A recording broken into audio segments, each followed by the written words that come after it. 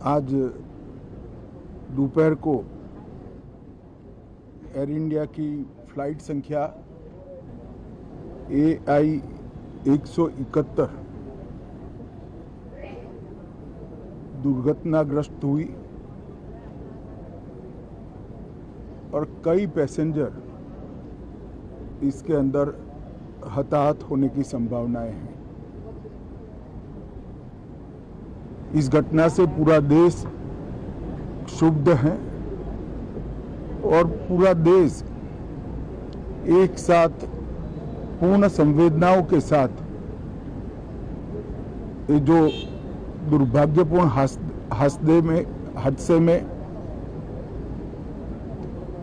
Passenger हताहत हुए हैं, इनके परिजनों के साथ खड़ा है। सबसे पहले इनके परिजनों के साथ खड़ा है। सबसे पहले मैं भारत सरकार, गुजरात सरकार, भारत सरकार के प्रधानमंत्री जी और गुजरात सरकार की ओर से भी जो लोग हताहत हुए हैं, इनके परिजनों के प्रति गहरी संवेदना व्यक्त करता हूं। 10 ही मिनटों में हादसे के भारत सरकार के पास सूचना पहुंची। तुरंत ही मैंने मुख्यमंत्री जी, यहाँ के गृह मंत्री, होम डिपार्टमेंट के control room, civil aviation department, civil aviation मंत्री, सभी से संपर्क किया। Control room, civil aviation department, civil aviation मंत्री, सभी से संपर्क किया। प्रधानमंत्री जी का भी तुरंत ही फोन आ गया और भारत सरकार और गुजरात सरकार के सभी डिपार्टमेंट एक साथ होकर राहत और बचाव कार्य में लगे। इस विमान में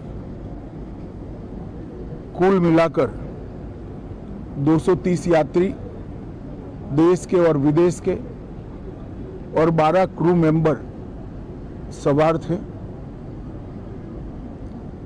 इसमें से एक यात्री का बचने का अच्छा समाचार मिला है, मैं उनको मिलकर आया हूं। मृत्यु का आंकड़ा तो DNA परीक्षण और यात्रियों की पहचान के बाद ही अथॉरिटी अधिकृत रूप से घोषित करेगी, मगर जो यात्री बचा है उसको मैं मिलकर आया हूं। घटना के तुरंत बाद गुजरात सरकार ने बहुत त्वरा से डिजास्टर मैनेजमेंट की सारी इकाइयों को अलर्ट करते हुए, चाहे हेल्थ डिपार्टमेंट हो, चाहे फायर ब्रिगेड हो, चाहे पुलिस विभाग हो, भारत सरकार की भी CAPF को संपर्क कर सभी ने एक साथ मिलकर राहत और बचाव का कार्य चालू किया। मगर 1.25 लाख लीटर ईंधन विमान के अंदर ही था और लगभग गर्मी, तापमान इतना ऊंचा हो गया कि किसी को बचाने की मौका ही नहीं मिला। अब मैं घटना स्थान पर भी जाकर आया हूं।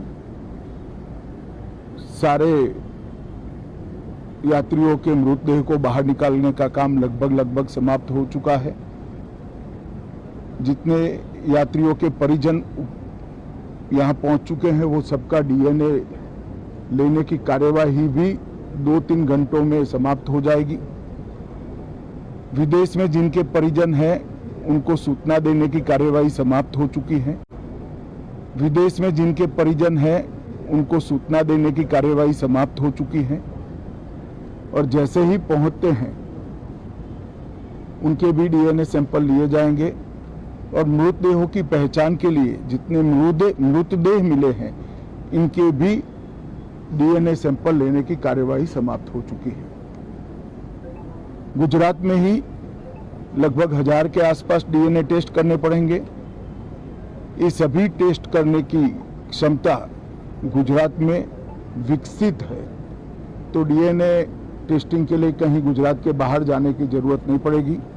गुजरात की एफएसएल और नेशनल फॉरेंसिक साइंस यूनिवर्सिटी दोनों मिलकर कम से कम समय में डीएनए का परीक्षण पूरा करने के बाद परिवारजनों को अपना मृतदेह परिजन का मृतदेह सौंपने का काम करेंगे। यूनिवर्सिटी दोनों मिलकर कम से कम समय में डीएनए का परीक्षण पूरा करने के बाद परिवारजनों को अपना मृतदेह परिजन का मृतदेह सौंपने का काम करेंगे। उनके रहने की सुविधा, उनकी सांत्वना की सुविधा, जिनको मेडिकल प्रॉब्लम ट्रॉमा के कारण हुई इनकी मेडिकल की सुविधा, ये सारी व्यवस्था बहुत सुचारू रूप से हो चुकी है। अभी रिव्यू मीटिंग में सारी व्यवस्थाओं को हम सब मंत्रियों ने साथ में मिलकर देखा है। एविएशन डिपार्टमेंट ने अपनी जांच शुरू कर दी है और जांच तेजी से आगे बढ़े इसके लिए भी एविएशन मंत्री जी ने सूचनाएं दी है। मैं फिर से एक बार राहत काम में जिन जिन एजेंसियों ने त्वरा के साथ बचाव और राहत का काम किया वो सभी का धन्यवाद करना चाहता हूं और फिर से एक बार जिन्होंने अपने परिजनों को गंवाया है, हताहत हुए हैं, वो सभी को मनपूर्वक संवेदनाएं व्यक्त करता हूं। मैं एक बात जरूर कहना चाहता हूं कि ये एक्सीडेंट है, एक्सीडेंट को कोई रोक नहीं सकता, परंतु 365 दिन 24 घंटा इस तरह की घटना के लिए प्रशासन का जो अलर्टनेस है उसकी कसौटी उसी वक्त होती है जब ऐसी घटनाएं होती है। और आज गुजरात के डिजास्टर मैनेजमेंट की तैयारियों का एक प्रकार से दुर्भाग्यपूर्ण तरीके से मगर की घटना के लिए प्रशासन का जो अलर्टनेस है उसकी कसौटी उसी वक्त होती है जब ऐसी घटनाएं होती है। और आज गुजरात के डिजास्टर मैनेजमेंट की तैयारियों का एक प्रकार से दुर्भाग्यपूर्ण तरीके से मगर कसौटी हुआ और बहुत त्वरा के साथ यहाँ पर काम किया गया, वो पूरे देश के मीडिया के सामने और परिजनों के सामने भी आया है। अंत में मैं फिर से एक बार सम्माननीय प्रधानमंत्री नरेंद्र मोदी जी की ओर से, भारत सरकार और गुजरात सरकार की ओर से सभी हताहत लोगों के परिजनों के प्रति गहरी संवेदना व्यक्त करता हूं। धन्यवाद।